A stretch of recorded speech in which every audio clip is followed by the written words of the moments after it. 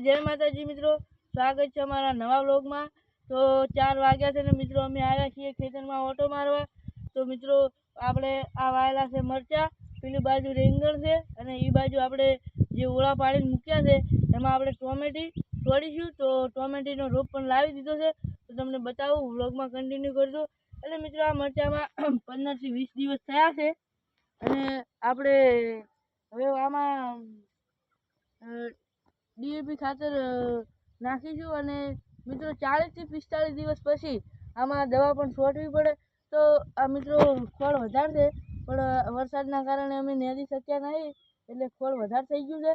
તો હવે મિત્રો અમે તમને રોપ બતાવીએ, તો વ્લોગમાં કન્ટિન્યુ કરજો। ટોમેટીનો અમે રોપ તમને બતાવીએ અને ઓળામાં અમે હવે ટોમેટીનો રોપ વાવીશું, તમે વ્લોગમાં કન્ટિન્યુ કરજો। તો મિત્રો આ છે આપણા રીંગણ।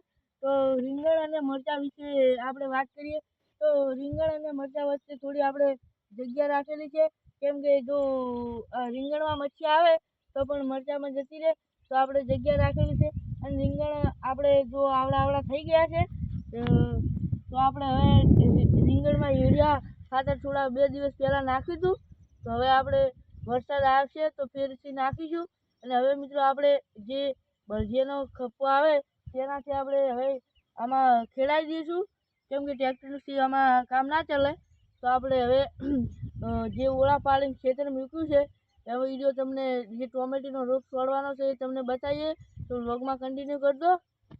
તો મિત્રો આ છે આપણે જે ઓળા પાડીને ખેતર મૂક્યું છે તે છે, તો આમાં આપણે હવે ટોમેટીનો રોપ તમને બતાવીએ। ટોમેટીનો રોપ પણ લાવી દીધો છે, તો જોઈ લો તમે આ ટોમેટીનો રોપ। તો મિત્રો આ છે ટોમેટીનો રોપ।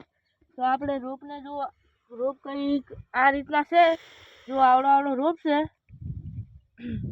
અને મિત્રો આ રોપ તમારે પણ જોતો હોય તો જે થરાની બાજુમાં જે જોમપુર ગામ આવેલું છે ત્યાંથી અમે લાવ્યો છે, તો તમારે પણ જોતો હોય તો જે જોમપુર ગામમાંથી કોન્ટેક કરજો અને મંગાવજો રોપ।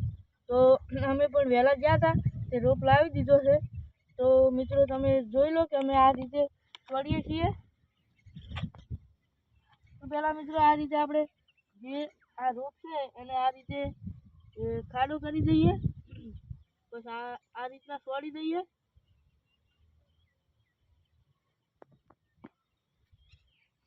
જોઈ લો મિત્રો આ રીતે અમે છોડા છીએ। તો મિત્રો ઓળા આમ કમ્પ્લીટ પડ્યા હતા, પણ વરસાદના કારણે જે ઓળા પાડ્યા હતા એની ઉપર જે હૂક માર્યું છે એના લીધે ખોપરી ભાજી ગઈ છે, એટલે છોડવાનું ફાવતું નથી, પણ તો છોડીએ છીએ। તો તમે વ્લોગમાં કન્ટિન્યુ કરજો।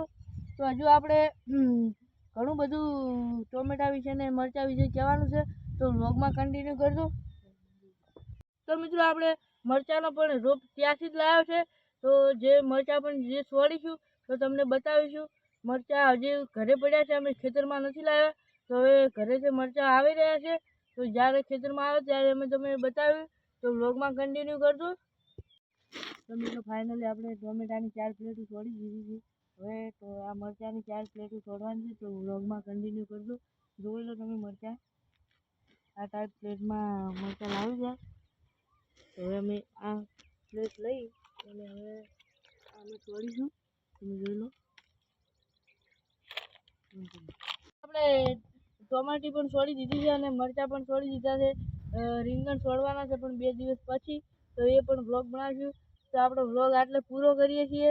તો મિત્રો સબસ્ક્રાઈબ કરજો, શેર કરજો અને લાઈક કરજો। તો જય માતાજી મિત્રો।